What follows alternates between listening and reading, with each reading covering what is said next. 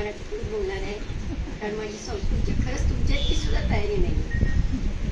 संस्कृत सोडून सुद्धा म्हणजे आता संस्कृत गीतेमध्ये किंवा श्लोकामध्ये किंवा याच्यामध्ये सर्वांमध्ये बोललं जातं, परंतु रोजच्या संभाषणात तुम्ही जेवढं बोलता तेवढं सुद्धा मी बोलत नाही. किंवा तुम्ही 8 दिवसांनी का होईना मिळून जेव्हा सगळे म्हणता तेवढं सुद्धा माझं रोजचं. आणि शाळा सोडल्यापासून विशेषतः तर अजिबातच सुटले. म्हणजे कसं संस्कृत वाक्यांशी किंवा याच्याशी अभ्यास होत राहतो, पण अभ्यास म्हणजे कसं काही स्तोत्र वाचलं त्याचा अर्थ वाचले किंवा येता जाता काही शब्द कानावर पडले. आता 10वीचा नाच होती म्हणजे 10वीला, तेव्हा तिचा थोडा संस्कृतचा अभ्यास घेतला. आणि अभ्यास म्हणजे काय तर नुसतं तिच्या श्लोकांचे अर्थ सांगणं, तिला काही आठलं तर सांगणं, तिच्या शब्दांचे अर्थ सांगणं तेवढंच. प्रत्यक्षात बोलणं काय, बोलणं काहीच नाही. त्यामुळे मला इथं खरोखरच तुमचं खूप कौतुक वाटतं की तुम्ही सगळ्यांनी मिळून किती संस्कृतचा अभ्यास केलेला आहे आणि बोलण्यातूनच भाषा पुढे जात असते असं म्हटलं जातं. म्हणजे मला माहिती आहे आपली सगळ्यांची अपेक्षा असेल ते की मी संस्कृतमध्ये बोलावं, पण तेवढी माझी पात्रताही नाही, योग्यताही नाहीये. आणि खरंच आहे म्हणजे रोजच्या रोज जर आपण बोलत नसू तर ती भाषा जी आहे ती कशी राहत नाही, फळाच्या नदीसारखी राहत नाही, पाण्यासारखी राहत नाही. रोजचं आपण जे जीवन जगतो त्यामुळे आपण जी मातृभाषा वापरतो ती जेवढी त्याचा प्रवाह जो खळाळता असतो तेवढा जो प्रवाह आहे तो याच्यामध्ये नसतो. संस्कृत खूप चांगलं आहे, संस्कृत पुढे गेलं पाहिजे, संस्कृतमुळेच आपली संस्कृती टिकून राहणार आहे, अगदी मान्य. आणि त्यामुळे संस्कृत भारती किंवा अपर्णाताई सारख्या काही व्यक्ती पुढे येऊन हे जे केंद्र चालवतात किंवा यांच्यासारख्या व्यक्ती स्नेहाताई सारख्या आपण सर्वजण इथे जमता, संस्कृतमधून काही बोलता, संस्कृत मुलांना शिकवता. मुलांचं पाठांतर पाहिलं तर खरंच कौतुक. किती छान म्हटलं त्यांनी काही काही गोष्टी, आणि त्या खरंच पाहिजेत खरात दररोज. म्हणून एकदा त्यांच्यासाठी सगळ्यांनी जोरात टाळ्या वाजवा. म्हणजे मोठ्याने सुद्धा संभाषण खूप छान केलंच आहे, पण तरी सुद्धा लहानपणीपासून जर आपण ती भाषा शिकलो आणि आता आजची काळाची गरज आहे आपल्या सगळ्यांना. म्हणजे पुढे येणारा काळ कसा आहे तर कॉम्प्युटरमुळे किंवा म्हणजे संगणकामुळे किंवा इतर गोष्टीमुळे संस्कृत हे पुढे पुढे येणार आहे. अनेक परदेशी लोक संस्कृत शिकतात पण आपण शिकत नाही, अशी आपली अवस्था झालेली आहे. आणि त्यामुळे म्हणजे संस्कृतचं महत्त्व तुम्ही इतकं जाणताय की मी तुम्हाला काय सांगणार अशी परिस्थिती. पण म्हणून असं म्हटलं जातं की संस्कृत म्हणजे प्रशंसती ते प्रशंसती संस्कृती. संस्कृतमध्ये जे बोलतात, जे वागतात, संस्कृतचा प्रसार जे करतात, जे संस्कृतला मान देतात ते संस्कृतीला मान देतात. म्हणजे भारतीयांची संस्कृती कशावर टिकून आहे आतापर्यंत तर ती संस्कृत भाषेमुळे टिकून आहे. कारण ही भाषा जी आहे त्या भाषेमध्ये इतका नुसता गोडवा नाहीये, तर त्याच्यातून जर आपण व्यवहार केला तर आपल्या इतक्या गोष्टी आहेत संस्कृतमध्ये की आपण आपलं जीवन त्याच्यावरती घडवू शकतो. म्हणजे बघा सकाळी उठल्यापासून आपण पृथ्वीला वंदन केलं, देवाला वंदन केलं, पृथ्वीला वंदन केले, स्नानाच्या वेळेसचे श्लोक म्हणले, भोजनाचे श्लोक म्हणले, हे आपली दिनचर्या आहे. आणि ही दिनचर्या संस्कृत श्लोकामधून बसवलेली आहे. कशी बसवलेली आहे? अगदी व्यवस्थितपणे संध्याकाळचे श्लोक पाहिजेत, रात्री झोपतानाचे श्लोक पाहिजेत, अशी सगळी पहाटे उठल्यापासून ते रात्री झोपेपर्यंत सगळं काही दिनचर्येचा भाग जो आहे तो या संस्कृतमध्ये व्यवस्थितपणे बसवलेला आहे. कारण संस्कृत भाषा जी आहे या संस्कृत भाषेमध्ये एक अतिशय विलक्षण अशी एक गोष्ट आहे की अगदी थोडक्या मोजक्या शब्दात आपल्याला जे काही सांगायचं आहे, आपल्याला जे काही व्यक्त व्हायचं आहे, आपल्याला जे काही वर्तन करायचं आहे ते वर्तन ह्या भाषेमध्ये, आचरण ज्याला म्हणतात ना, ते आचरण या संस्कृत भाषेमुळे येतं. प्रत्येक प्रत्येक गोष्ट आपली दिनचर्यापासून आपण जर व्यवहारात सुद्धा बघितलं तर ह्या व्यवहारात सुद्धा जर संस्कृत मध्ये केला गेला, आता फक्त म्हणजे एक खरं म्हणजे आपल्या भारतात हे अतिशय दुर्दैवी गोष्ट की आपल्या भारतामध्ये फक्त एकच गाव शिल्लक राहिले जिथे सर्व व्यवहार संस्कृत मध्ये होतात. बाकी अजून तिथे कुठलंही एक गाव असं नाहीये. पण हळूहळू आपण ते बदलत आणू. महाराष्ट्रात अनेक ठिकाणी असे प्रयोग झालेले, किंबहुना या संस्कृत भारतीतर्फे खूप जोराचे प्रयत्न चाललेले आहेत आणि संस्कृत भारती संपूर्ण देशभर पसरलेली असल्यामुळे आपण जर ठरवलं तर त्याला वेळ लागणार. किंबहुना शासनाने सुद्धा आता मनावर घेतलेलं आहे आणि आता 8वी पासून जे संस्कृत होते ते 5वी पासूनच संस्कृत आलेलं आहे. किंबहुना काही शाळांमध्ये 1ली पासून सुद्धा संस्कृतचे म्हणजे घ्यायला लागले. म्हणजे जेव्हा मनात आलेलं आहे तेव्हा शाळातून किंवा याच्यातून तर या संस्कृतमध्ये आपण वर्तन करू लागलो, आचरण करू लागलो. बोली भाषा जी असते ना त्याप्रमाणे वर्तन करतो. लक्षात घ्या, मधला काही काळ असा होता आणि अजून सुद्धा आहे थोडाफार शिल्लक राहिलेला आहे की आपण इंग्लिश मिडियमच्या शाळेत राहतो. सगळं आचरण कसं झालंय मला आज सकाळी असं वाटत होतं मला थ्रोट इन्फेक्शन झालंय, त्यामुळे मला असं वाटत होतं की मला इथे येऊन आज बोलायला मिळेल किंवा नाही. त्यामुळे माझ्या आवाजात थोडासा आज हे येईल, मला त्रास होईल थोडासा माझ्या आवाजाचा, एवढं सांभाळून घ्या. तर इंग्रजी माध्यमाच्या शाळांच्या बद्दल आपण बघत होतो. संस्कृती वाईट आहे का त्यांची? वाईट नाहीये. त्यांच्या देशात त्यांची संस्कृती खूप चांगली आहे असं म्हणू. त्यांना जसं प्रत्येकाची एक जीवन पद्धती आहे त्या पद्धतीने ते जगतायत आणि त्यांच्या देशात ते चालतं सगळं. पण त्यांची पद्धती ज्यावेळेस आपल्याला येते आणि आपण ती स्वीकारतो, लादल्यासारखी घेतो, म्हणजे आपलं त्या सगळं सोडून देतो. किती छान संस्कृत मध्ये गाणे वाढदिवसाचं, आणि आपण काय करतो मेणबत्त्या फुंकत बसतो. म्हणजे मुलांना पाहिजेच ते आपण किती औक्षण करू, आपण किती कुंकू लावण्याचा प्रयत्न करू, पण ते डोळ्याने काढून टाकणारच. का बरं? शाळेचे संस्कार जास्त मोठे असतात, त्याचा परिणाम जो आहे तो जास्त असतो. इतर 4 जणांचं पाहिलं की तर चांगलं वाटायला लागतं. माझी आईच मला करू देत नाही, तेव्हा माझे आई वडीलच नको म्हणतात. आणि काही घरात सुद्धा आई वडिलांना सुद्धा नको असतं. माझी मुलगी इंग्लिश मिडियमच्या शाळेत जाते आणि इंग्लिश शिकते, ते सगळ्यांनी अर्थात आपण भरपूर त्याच्याविषयी बोललं जातं, भरपूर आलं जातं, म्हणजे सांगितलं जातं. आपण तो बोलायचा विषयच नाहीये. पण वर्तन किंवा आचरण कसं असावं हे लहानपणापासून जर शिकवलं, कानावर घेतलं, शाळेत अनेक जणांना शिकू दे. काय शिकायचं ते इंग्लिश मिडियमच्या शाळेत जाऊन शिकू दे. आपलं घरचं वातावरण आपण तसं ठेवलं, म्हणजे सक्ती करायची नाही. आजकाल मुलांना सक्ती नको असते. एक दोनदा सांगून पाहायचं, इकडं नाही. माहिती आहे आपल्याला त्यांच्या हातात मोबाईल सारखं खेळणं आहे, ते आवश्यक असं आहे आजच्या जगात. नाही तर ते जगाशी संपर्क होऊ शकत नाही. एक तर त्यांना खेळायला कोणी मित्र नाही, घरी भावंड नाही, मग त्यांनी काय करावं? फार मोठा प्रश्न आहे, ज्वलंत प्रश्न आहे आजचा. त्यांनी काय करायचं? तर त्यांनी काय करायचं हा मुख्य मुद्दा आजच्या मुलांपुढे असेल तर मग आपण काय करायचं हे ठरवलं पाहिजे. हे पालकांनी ठरवण्याची वेळ आलेली. आपण काय करायचं? नुसतं सांगायचं का जणांसारखं मोबाईल खेळू नको, मोबाईल खेळू नको, मोबाईल खेळू नको, गेम खेळू नको, चिडणार ते. आणि मग आपल्यातला त्यांच्यातला संवाद कमी होणार. हे आपल्याला हवंय का? तर नकोय. मग काय करायचं? त्याच्यावरचा उपाय आहे का कोणाकडे? उपाय कसा आहे?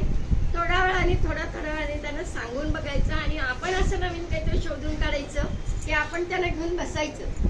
बसवणार नाही, सुरुवात तर आपणच नाही, पण आपणच अशी काहीतरी आवडीची गोष्ट, आवडीचे खेळ खेळायचे आपल्यामधून, किंवा सांगायचे किंवा करत राहायचे. आज नाही, उद्या नाही, 2 दिवसांनीच व्हायचे, ते ऐकेल. काहीतरी आपल्या जीवनात आपण फरक केला. कारण घरात कोण असतो? आई आणि मूल. मग ह्या दोघांमध्ये संवाद होणं गरजेचं आहे. संवाद होतात का? होत नाही. आपण आपल्या आई वडिलांशी किती बोलायचो, ते आपल्याशी किती बोलायचे, किती गोष्टी सांगायचे. माझे वडील मला सांगते, दररोज जेवायला बसल्यानंतर कशा गोष्टी सांगायचे. त्याच्यातून आम्हाला इतिहास कळला, त्याच्यातून आम्हाला अनेक गोष्टी कळल्या, पुराण कळली, महाभारत कळला. मग त्याला जेव्हा गोडी वाटेल, मी परवा एकदा ऐकलं असं महाभारत सांगायला काहीतरी सुरुवात केली, पाहिलं मोबाईलवर, पाहिलं रामायण, पाहिले, त्यांच्या समोर जे आहे ना ते इतकं येतं आणि इतकं जातं की आपण कल्पनाच करू शकत नाही, इतक्या गोष्टी तरी वाचलेल्या असतात. मग अशा वेळेस परत काय करायचं? त्या ज्या गोष्टी आहेत रामायणातल्या त्या, म्हणजे आता म्हणतात ना आपल्याला सुद्धा मोठ्यानं अपरिचित रामायण शोधून काढायचं, सांगायचं, कथा सांगायच्या वेगवेगळ्या, आपल्याला अभ्यास करण्याची गरज आहे असं म्हणायला हवं. मुलं खूप ऍक्टिव्ह आहेत, त्यांना हवं असतं सतत ताजं ताजं काहीतरी नवीन नवीन हवं असतं, ते आपण देऊ शकत नाहीत म्हणून ते मोबाईल. आता किती सुंदर कार्यक्रम बसवला आणि खूप छान वाटलं मुलांना सुद्धा म्हणून दाखवायला. का? त्यांच्या नेहमीच्या मोबाईल गेम पेक्षा वेगळं आहे हो. ते पाठ करायचं, ते सादर करायचं, ते वेगळे श्लोक आहेत, वेगळ्या भाषेतले आहेत. अशाने काय होणार आहे? संस्कृत त्यांनी ऐकलं तर संस्कृती त्यांची सुधारणार आहे, त्यांच्या आचरणात फरक पडणार आहे. आचरण कसं असावं आपण म्हणतो, तर त्याच्यासाठी चारित्र्य घडवायला पाहिजे, शुद्ध मन जपलं पाहिजे, त्यांचं निष्पाप मन, निरागस मन त्यांचं जपलं पाहिजे. त्याच्यासाठी अगदी छोट्या छोट्या गोष्टीतून काय करायचे आहेत, आपल्याला संस्कार करायचे आहेत. एक असं एक सांगतात की शाळेमध्ये आपण ज्यावेळेस डबा खातो तेव्हा सगळे मिळून खात होतो, एकमेकाला वाटत होतो. आता नुसतं म्हणतात शेअरिंग अँड केअरिंग, छानपैकी म्हणतात ना, करतात का शेअरिंग अँड केअरिंग? तुझ्या डब्यातलं पुढे दाखवू नको, अरे जाऊ दे, मला आज आणि फोडणीचा भात दिलाय, म्हणजे फोडणीचा भात असा, केक वगैरे, हा केक दिलाय त्याच्या डब्यात, आम्ही सगळे पळवणार. म्हणजे हे जे त्यांचं शेअरिंग अँड केअरिंग आहे ना, ते मागाचं आहे सांगते. म्हणून कधी कधी शाळाला कंपल्सरी करावं लागतं, पोळी भाजी चालणं, अमुक चालणं, तमुक चालणं, नाही आई वडिलांना जड जातं.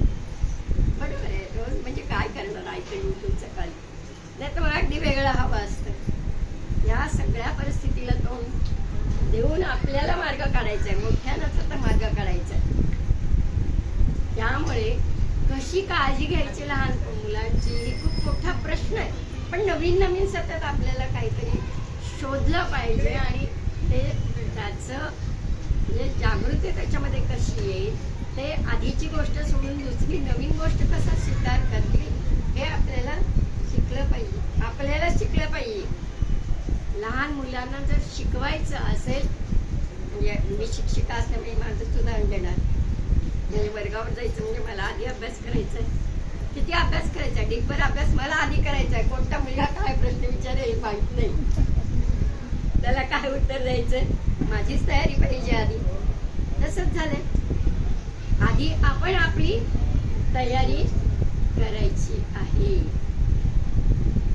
आता म्हणजे एक छोटीशी गोष्ट सांगते की दोन मित्र होते, ते खूप जाडे होते, दुसरा अतिशय बारीक होता. त्यांना तिसरा माणूस भेटला, तर तो तिसरा माणूस काय म्हणाला ना, लठ्ठ माणूस खूप श्रीमंत होता. तो म्हणाला तुझ्याकडलं काही पैसे काही धान्य आहे बायका मित्राला दे, म्हणजे त्याचं जरा वजन बिजन सुधारेल, जरा काहीतरी आजकालच्या भाषेत काय प्रोटीनयुक्त खायला मिळेल त्याला, म्हणजे जरा जाड होईल, तो त्याची परिस्थिती जरा सुधारेल, गरीब आहे बिचारा. तो म्हणाला मी का देऊ, बरोबर त्याचं, मी का देऊ, त्याच्याकडे नाही म्हणून मी किती दिवस आहे, माझं कमी होईल, मग मी का देऊ. तिसरा मित्र म्हणाला अरे तुझाच मित्र आहे ना, म्हणजे तिसरा जो माणूस होता म्हणला तुझाच मित्र आहे ना, मित्राचं चांगलं व्हावं भलं व्हावं असं तुला वाटत नाही का? नाही म्हणे, ज्ञान दिल्याने वाटतं, धन दिल्याने काय वाढणार आहे, माझं कमी होईल की. तो म्हणाला फार एक मोठी गोष्ट होणार आहे, तू बारीक होणार आहे. कसं तू बारीक होणार आहे, हात लठ्ठ होईल तर मी काय बारीक होईल, म्हणजे ती काय याची शर्यत आहे काय शरीराची, की तो लठ्ठ झाला की मी बारीक होईल, मी बारीक झाला, मी लठ्ठ झाला असला तर तो बारीक आहे. तर तो म्हणला तसं नाही, तू दिलंस काहीतरी त्याला, त्याला आज द्यायचंय, उद्या द्यायचंय, या कल्पनेने चिंतेने तुला झोप येणार नाही. तुला काळजी वाटेल आणि ती काळजी वाटली तुला की मग तू बारीक होशील. बरोबर आहे ना? त्याचं लॉजिक एवढंच आहे की तुला जेव्हा काळजी वाटेल की माझ्याकडलं काही कमी होत आहे तेव्हा तुझ्या शरीराचं वजन आपोआप कमी होईल. तशी आजची परिस्थिती म्हणजे कशी, कोणाकडे अधिक झालं तर मला फार दुःख होतं. काही त्याच्याकडे अधिक असू दे, नुसतं धनाच्या बाबतीत नाही बरं काही काहीही. अहो काही म्हणजे एकीकडे साड्या जास्त आहेत म्हणून मला दुःख होतं. माझ्याकडे ढिगभर पडलेल्या असतात नाही, पण हिच्या साड्या खूप चांगल्या असतात. त्याच्याकडे कपडे लत्ते भरपूर आहे, त्याच्याकडे ज्ञान भरपूर आहे. ज्ञानाचं तर काही विचारूच नका. एखाद्याकडे दुसरं एखादं छान म्हणजे चांगलं ज्ञान असेल तर पूर्वी आपल्याला वाटत असेल आम्हाला म्हणजे कधी असं शिकता येईल, असं मिळवता येईल, असं वाटायचं बरं का. पण आजकाल नाही वाटत. मला एवढे येत आहे ना, मग मी ही नोकरी सोडून याच्यापेक्षा जास्त चांगली नोकरी त्याच्यावरती मिळू शकेल, मला जास्त पगार मिळू शकेल. कंपनी बदलण्याचं कारण काय? हेच आहे ना, एकाकडून दुसरीकडे, दुसरीकडून तिसरीकडे, कुठेच समाधान नाही. कारण एकापेक्षा जास्त पॅकेज मला काही आहे मिळवायचं आहे. त्याच रेसमध्ये येत आम्ही. जर हीच मोठ्याची स्थिती आहे तर आपण काय शिकवणार लहान मुलांना किंवा काय करणार? अशी वृत्ती पूर्वीच्या लोकांमध्ये होती का? होती, असेल. ही वृत्ती सर्वसाधारण वृत्ती या सारख्या आहेत. आजकाल थोडीशी वाढ त्याच्यामध्ये झालेली आहे. मग ती कमी करण्यासाठी आपल्याला सतत आपल्या मनाला जागृत ठेवायला हवं. सतत आपल्या मनावर आपल्याला अंकुश ठेवायचा आहे. तो अंकुश कसा ठेवायला पाहिजे? मनाच्या श्लोकाचा. समर्थाने सांगितलेलं आहे, मना सज्जना भक्तिपंथेशी जावे तरी श्री हरी पाविजे तो स्वभाव. साधे साधे उदाहरण आहे. रोज वाचा. आपल्याला कंटाळी सुरुवातीला काही दिवस 5 श्लोक वाचा, 2 श्लोक वाचा. थोड्या दिवसांनी आपल्याला वाटायला लागेल की याच्यामध्ये काहीतरी मनावर नियंत्रण ठेवण्यासारखं, मनाला समजवण्यासारखं काहीतरी आहे. लहान मुलांना शिकवा, शिकतील ते. का शिकतील? नवीन काहीतरी आहे, वेगळं काहीतरी आहे. त्याला सांगायचं नाहीये की मनावर नियंत्रण पाहिजे म्हणून तुम्हाला आता शिकवतं. आपल्याला सांगितलं होतं आपल्या आई वडिलांनी नाही. आम्हाला तर हे बसायचं इथे आणि म्हणायचं, परवाच्या म्हणायच्या, का म्हणायच्या कधी नाही. आजकालची पिढी तशी नाहीये. आधी का ते सांग, मग पुढचं. का ते सांगायचं, थोडस सांगायचं. म्हणजे कसं सांगायचं? असं नाही सांगायचं तुला मनावर संयम येईल, तुझ्या मनावर नियंत्रण राहील, तुझ्या मनाला अमुक होईल तमुक होईल. आणि खूप आनंद असतो त्यात. तुला बघ आनंद मिळतो का? आजकाल आनंद समजावून सांगावं लागतं बरं. समजावून द्यावं लागतं की ह्या गोष्टीत आनंद आहे. मग काही कविता शोधून काढायच्या, त्यांना चांगल्या चांगल्या कविता ऐकवायच्या, सांगायचं की हा कवितेत सुद्धा आनंद आहे बरं का. रिदम म्हणजे की छान वाटतं.